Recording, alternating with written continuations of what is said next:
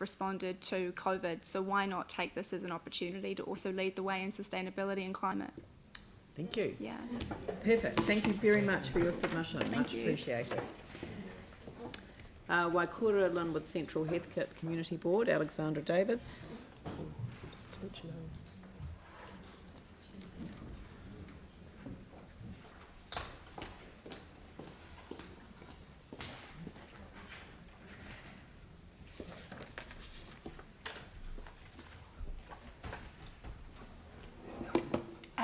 Kia ora koutou. The Linwood-Central-Heathcote Community Board would like to thank you all for the opportunity to submit on the draft Otatahi Christchurch climate change strategy. I would also like to thank Michelle Lomax for chairing the submissions committee, and I know she hoped to be here today. I'd like to start today's submission by stating that while the board believes in the good intention behind the climate change strategy, we believe at this stage it's very high level with little detail. When there is more detail though, we believe it will need to be translated into action on the ground in everything that council does. So the strategy is not just a talk fest, and as we all know, actions speak louder than words. The board has noted, and we approve, that staff reports now have a section on climate change impact considerations, which demonstrates the importance council is placing on the matter. But practically, what does that mean on the ground? And what is the future focus thinking that staff are able to refer to actually make that aspect of the report meaningful? We'd like to ask a serious question of the council on this matter. Are we resourcing staff to be effective in this space? And will we have qualified and experienced staff that can make meaningful and holistic change? Please don't allow this to simply be a tick box.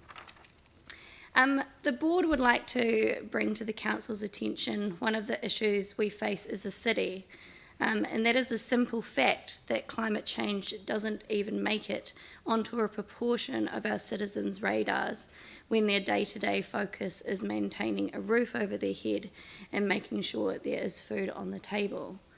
Sustainable communities are the communities that are functioning well. That being said, the board recognises that sustainable practice is not just about environmental stuff. It is about all four well-beings: economic, social and cultural, as well as environmental. To that end, the board have focused on social well-being in its community board plan and can't emphasise enough the importance of council holding strong, connected and resilient communities at the forefront of all of its decision making around addressing climate change. People need to work together to lift and raise each other up and work towards changing our practice together. If we work together and recognise the strengths already in our communities and support the mahi that is already happening, we will not need to reinvent the wheel. We are all busy in our respective fields, and it's not necessarily about bright, new, shiny initiatives, but building on what is already happening, sharpening our practice and continuously improving. We have community groups, organisations, mana whenua, businesses, schools and not-for-profits working collaboratively in this space, and we need to continue to build on the work they are putting in. They are the ones with the local knowledge, but we need to ensure that we are more enabling. So we have some pictures of some of the people that are doing amazing stuff. The strategy will need strong buy-in from the community though, through creating awareness and education. And the board thinks this should be communicated regularly through the council's communications to the community in simple language for all cultures. The board also recognised that future thinking in our urban planning is critical. For example, currently our planning rules do not allow for legal use of grey water, which could both decrease pressure on the use of potable water and processing of wastewater. The board would like to encourage council to be proactive in this area, thinking outside of the box and leading in this space.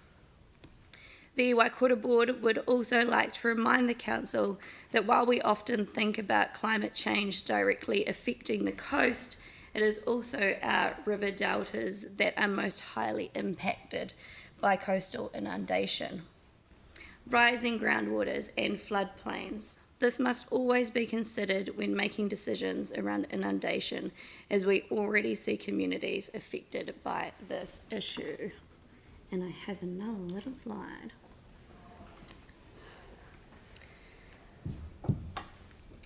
We recognise that climate change is so complex that it requires the whole breadth of expertise in Council. We cannot work in silos on this matter. Across disciplines, technical expertise, including communities, and of course, you, the decision makers. This calls for us to work out how we operate with a collaborative, high trust approach. It is a big ask, but it's the only way forward. I would like to finish by asking several questions. How do we make this easier for citizens to do themselves? And how do we remove barriers and really take community governance to the next level? Thank you. Very good, thank you. Questions?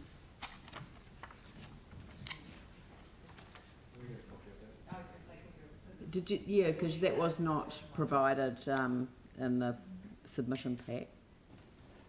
I can give you a copy of that. Yeah. I think can if you like. email it through to the Secretariat, they'll put it online. It was an excellent submission, and obviously your community board's given a lot of really deep thinking to this and to the key issues. So thank you very much. No, thank you. Thank you. Cheers. Thank you.